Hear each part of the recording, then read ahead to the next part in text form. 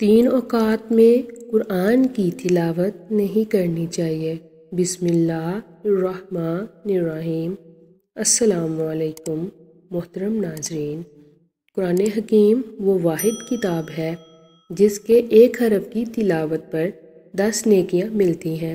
حضرت عبداللہ بن مسعود رضی اللہ عنہما روایت کرتے ہیں، جس نے کتاب اللہ کا ایک حرف پڑھا اس کے لیے اس کے عوض 1 نیکی ہے اور 1 نیکی کا ثواب 10 گنا ہوتا ہے۔ میں نہیں کہتا الف لام میم ایک حرف ہے، بلکہ الف ایک حرف، لام ایک حرف اور میم ایک حرف ہے۔ تلاوت قرآن افضل ترین عبادات میں سے ہے۔ حضرت نعمان بن بشیر رضی اللہ تعالیٰ عنہما بیان کرتے ہیں کہ حضور نبی اکرم صلی اللہ علیہ وآلہ وسلم نے فرمایا، میری امت کی سب سے افضل عبادت تلاوت قرآن ہے۔ یہ عظیم کتاب جس کی تلاوت کی بے پناہ فضیلت ہے، رمضان المبارک کے بابرکت مہینہ میں نازل ہوئی۔ اس لحاظ سے قرآن حکیم اور رمضان المبارک کا آپس میں گہرا تعلق ہے۔ رمضان المبارک میں قرآن مجید کی تلاوت کرنے والا گویا اس تعلق کو مضبوط اور مستحکم کرتا ہے۔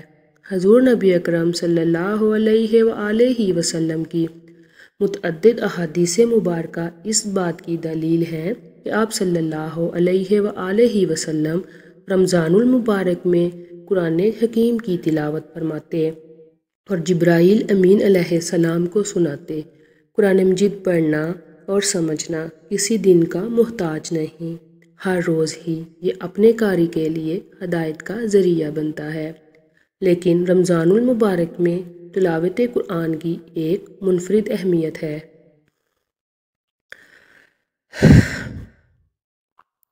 کوئی شک نہیں کہ ماہ رمضان اور قرآن حکیم کا ایک گہرا تعلق ہے۔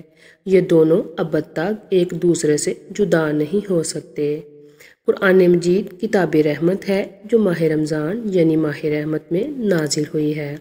سورہ البقرہ میں ارشاد ہوا ہے کہ ترجمہ، رمضان وہ مہینہ ہے کہ جس میں قرآن نازل کیا گیا، لوگوں کے لیے ہدایت بنا کر ہدایت حق اور باطل کے درمیان امتیاز کی روشن دلیلوں کے ساتھ۔ لہٰذا ماہ رمضان کا تقاضا ہے کہ اس میں کثرت سے قرآن پڑھا اور سنا جائے۔ اسی وجہ سے قرآن مجید کو 30 پاروں میں تقسیم کیا گیا ہے۔ اس لحاظ سے 30 دن میں یہ ختم کیا جا سکتا ہے۔ 7 منزلیں رکھی گئی ہیں تاکہ 7 دن میں ختم کیا جا سکے۔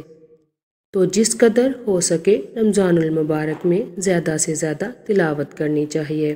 اس ماہ مبارک میں تلاوت کرنے کی فضیلت کا اندازہ اس بات سے بھی لگایا جا سکتا ہے کہ ویسے قرآن کا ایک لفظ پڑھنے پہ 10 نیکیوں کا ثواب ملتا ہے، لیکن رمضان المبارک میں ایک لفظ کا ثواب 70 نیکیوں کے برابر ہو جاتا ہے۔ چونکہ یہ ماہ مبارک کے لیے عبادات کا خاص مرکز ہوتا ہے، اس لیے قرآن مجید کی تلاوت سے بہتر اور کیا عبادت ہو سکتی ہے۔ نبی اکرم صلی اللہ علیہ وآلہ وسلم نے استقبال رمضان کا جو خطبہ شعبان کے آخر میں دیا، جسے خطبہ شعبانیہ بھی کہا جاتا ہے، اس میں فرمایا، رمضان میں جو تم ایک آیات کی تلاوت کرتے ہو وہ سال بھر میں دوسری کسی بھی مہینے میں پڑھے جانے والے پورے قرآن کے برابر ہوتی ہے۔ قرآن کریم کس دن نازل ہوا تو اس کا جواب بھی سورہ القدر میں اللہ تبارک و تعالیٰ نے دے دیا ہے۔ ترجمہ، یقیناً ہم نے اتارا ہے اس قرآن کو لیلۃ القدر میں، اور پھر یہ بھی ارشاد ہوتا ہے کہ ترجمہ، لیلۃ القدر 1000 مہینوں سے افضل ہے۔ اگر صرف 1000 مہینہ دیکھا جائے تو قریباً 80 سال کا عرصہ بنتا ہے، اور انسان کی زندگی لگ بھگ اتنی ہی ہوتی ہے۔ تو اس کا معنی یہ ہوا کہ اس ایک رات میں تمام زندگی کے گناہوں کی بخشش ہو جاتی ہے، ہر عمل 1000 گنا افضل ہو جاتا ہے۔ تو قرآن مجید کی تلاوت کی کس قدر نعمتیں اور برکتیں ہیں اس ایک رات میں حاصل کی جا سکتی ہیں، اس کا اندازہ لگانا بھی مشکل ہے۔ تلاوت اور ترجمہ پڑھنا اور پھر اس پر عمل کرنا ہی اصل ہدایت کا راستہ ہے۔ یہ کتابیں برحق ہے، جو اس میں لکھا ہے ہم نے پکڑ لینا ہے، اور جس کام سے روکا گیا ہے اسے ہم نے چھوڑنے کی کوشش کرنی ہے۔ پیارے ناظرین، 3 وقت ایسے ہیں جن میں کہ ہمیں قرآن پاک نہیں پڑھنا چاہیے۔ یہ آج کی ویڈیو میں آپ کو بتائیں گے وہ ایسا کون سا ٹائم ہے اور وقت ہے کہ جس میں ہم قرآن پاک نہیں پڑھ سکتے۔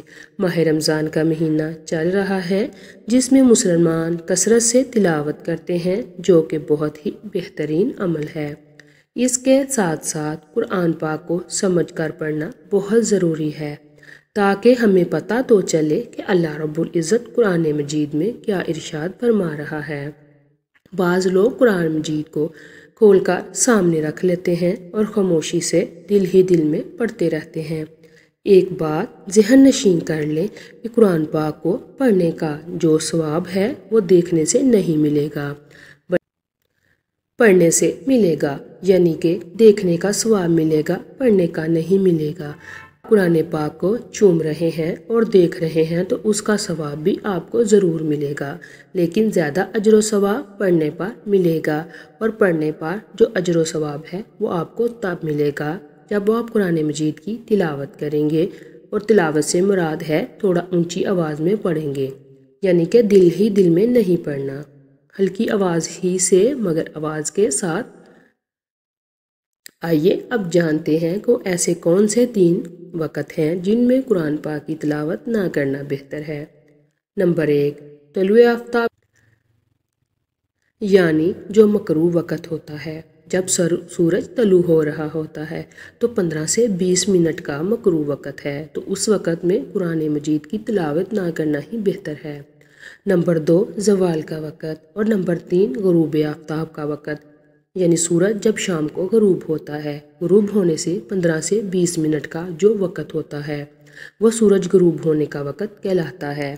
اور 24 گھنٹوں کے اوقات میں یہ 3 وقت ایسے ہیں جن میں قرآن مجید کی تلاوت نہ کرنا افضل ہے۔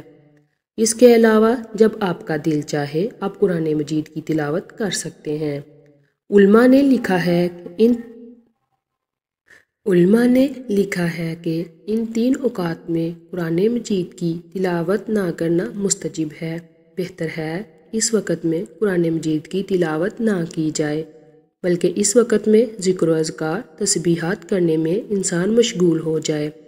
اگر کوئی کرتا ہے تو وہ گناہ گار نہیں ہوگا۔ تلاوت کرنا جائز ہے اور گناہ بھی نہیں ہے، ہاں نہ کرنا بہتر ہے، کیونکہ یہ تینوں مکروہ اوقات ہیں۔ ان 3 مکروہ اوقات میں سجدہ کرنے سے بھی منع کیا گیا ہے، چاہے وہ نماز کا سجدہ ہو، چاہے وہ شکرانے کا سجدہ ہو یا سجدہ تلاوت ہو۔ یہ تمام سجدے ان اوقات میں منع کیے گئے ہیں، کیونکہ جو لوگ سورج کی پوجا کرتے ہیں وہ ان 3 اوقات میں سورج کی عبادت کرتے ہیں، تو کہیں ان سے مشابہت قائم نہ ہو جائے، اس لیے منع کیا گیا ہے۔